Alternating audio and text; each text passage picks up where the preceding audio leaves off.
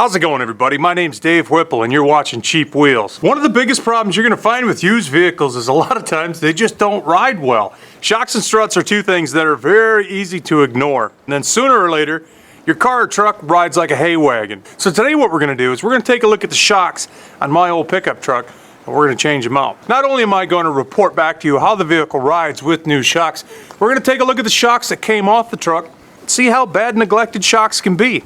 Stay tuned. Take a look at this old shock. No paint left on it.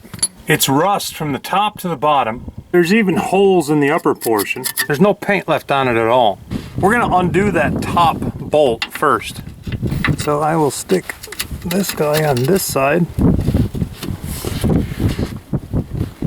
We're gonna grab ourselves a cheater bar.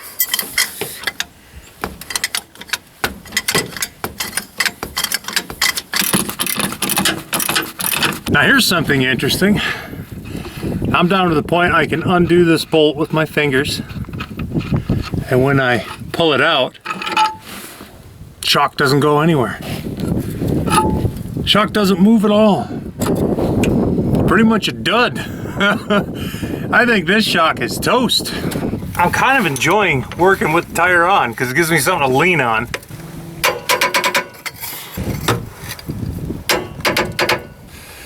Whew. That bottom bolt was a bit of a chore to get out. Once the top and bottom bolt is out, your shock will come right out. And speaking of shock, look at this thing. That's right. It's in such poor condition, it collapses under its own weight. Now, because this bolt is so disgusting and so beat up, that goes in the bottom of the shock, I'm chasing it with a thread die. There we go.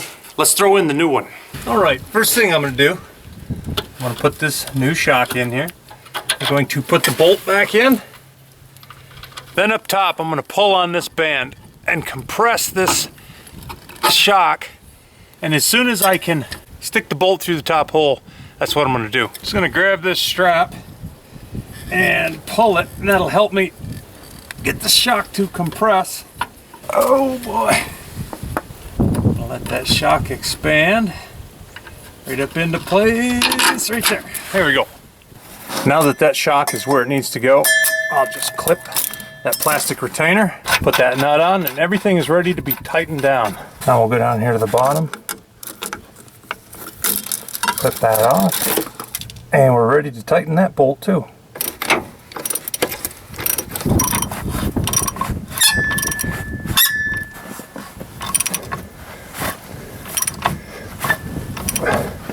Changing the rear shocks is just the same. One bolt on the bottom and one nut on the top, and the shock will come right out. You just bolt the new one in, you're ready to go.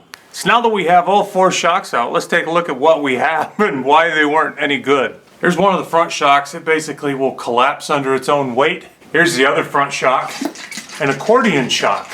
That's obviously doing nothing. Here's one of the rear shocks, and it is solid. It doesn't move at all. You can't make it compress. You can't make it expand back out. It's basically rock solid. And this one is my favorite. Why?